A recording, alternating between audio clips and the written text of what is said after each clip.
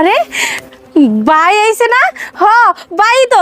আব্বা আব্বা বাইরে আসো, দেখো ভাই আইছে বউনিয়া। আরে ভাই ভাবি। ছাড় ছোট লোকের বাচ্চা, কি করলি এটা? এই ড্রেসের দাম জানিস তুই? দিলি তো নোংরা করে। হ্যাঁ বোন, আমার ভুল হয়ে গেছে, আমি বুঝবার পারি নাই। তোমার ড্রেসের তো মেলা দাম, গ্রামের মূর্খ সূর্খ মানুষ তো এর লেগে। আচ্ছা বাদ দাও ভাই, আয় মেয়েরে নিয়া আর বউরে নিয়া ঘরে চল। আব্বা বসে রয়েছে ধরে দেখার লেগে, আয়।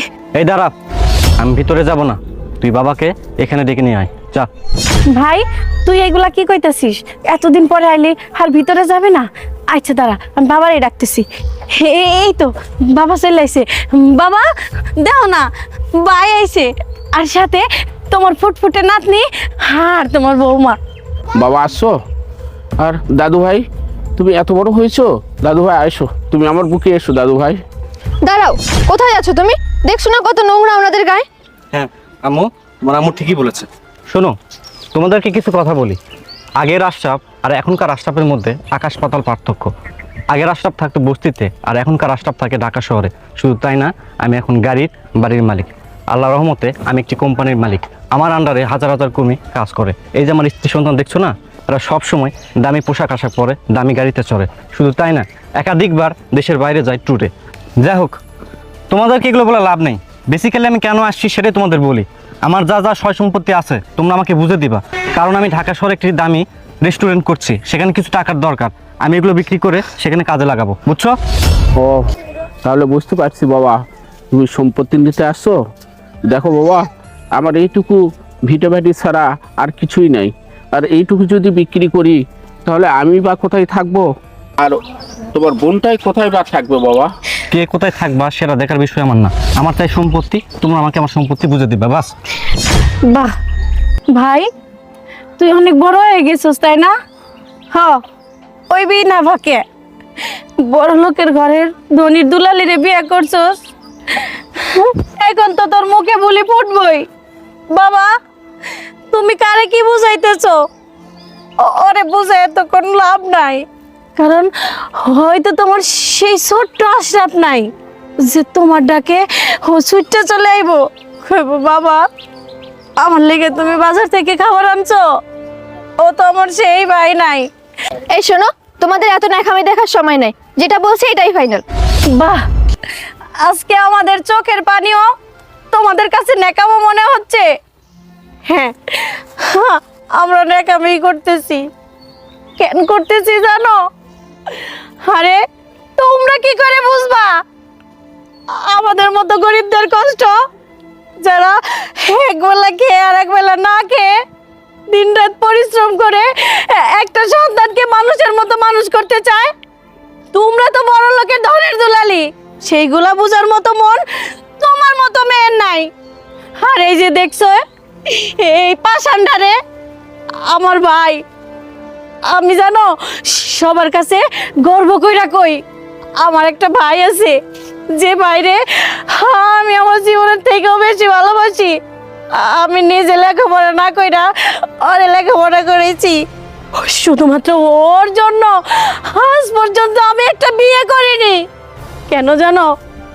আমি যদি বিয়ে করে পরের ঘরে চলে যেতাম না, আমার ভাইটারে দেখার মতো কেউ থাকতো না, ওরে রান্না করে খাবারের মতো কেউ থাকতো না, আমার বাবাটারে দেখার মতো কেউ থাকতো না। আমি আমি গার্মেন্টসে কাজ কইরা, মানুষের বাড়িতে কাজ কইরা ওরে পড়াশোনা করাইছি। আর আজকে ওই আমারে কয় কি আমি গাড়ির মালিক, বাড়ির মালিক। ও হয়তো ভুললাই গেছে যে আজকে আমার এই বাবা না থাকলে, ওর এই বোন না থাকলে ও এই পর্যায়ে আসতে পারতো না। মানুষ এই জন্যই কয় ছোট থেকে না সন্তান যখন বড় হয়ে যায়, টাকার মুখ দেখে তখন আপনজনরে চিনতে পারে না। ভাই তুই ঠিকই বলছিস, আমরা তোর কেউ না, তোর সম্পত্তির ভাগ লাগবো না। হ বাবা, তুমি আমার চিন্তা কেন করতেছো? আমরা বাপ মেয়ে যেইভাবে আছি বাকি জীবন ওইভাবেই কাটিয়ে দিতে পারবো। ও হয় না ভিক্ষা চাইতে আইছে আমাদের কাছে। ও তো ভিক্ষুক, ওরে আমরা খালি হাতে কেমনে ফিরামো কও? তুমি তুমি সব সম্পত্তি ওর নামে কইরা দাও, আর ও যেন আমাদেরকে ভুললা যায়। ও এই ধনের দুলালি নিয়া সারা জীবন থাকে, কিন্তু আফসোস যেই ছোট্ট মেয়েটারে আমি পুপ্পি হয়ে একবার বুকে নিতে পারলাম না, তুমি দাদু হইয়া ওর একটু আদর করতে পারলা না। বাবা ওরে চলে যাইতে কও, চলে যাইতে কও আমার সামনে দেখা। দাঁড়া বোন, তুই আর এভাবে বলিস না, আমাকে আর লজ্জা দিস না। আমি আমার ভুল বুঝতে পেরেছি। বৃষ্টি, দেখো এই যে আমার বাবা অসুস্থ, ঠিক মতো দাঁড়াতে পারে না, অথচ আমি এই মানুষটা তাকে কষ্ট দিছি।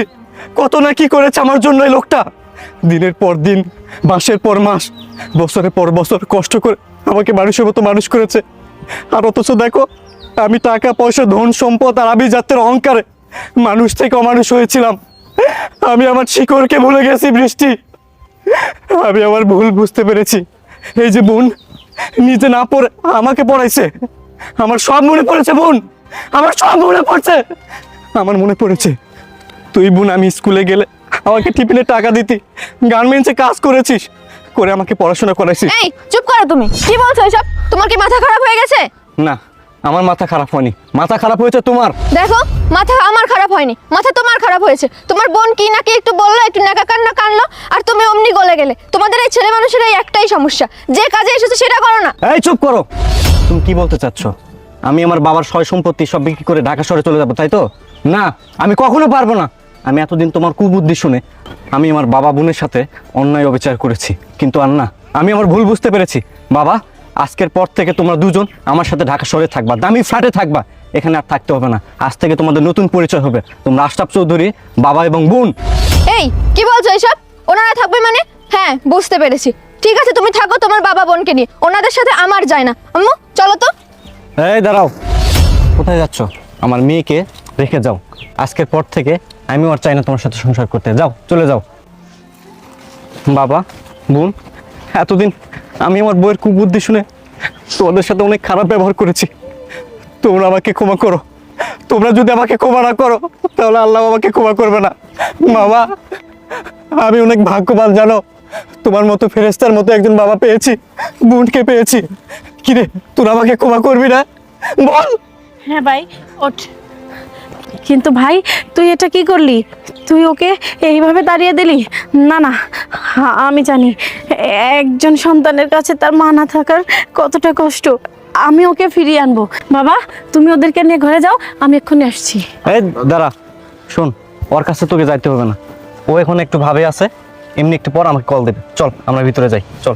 আচ্ছা ঠিক আছে।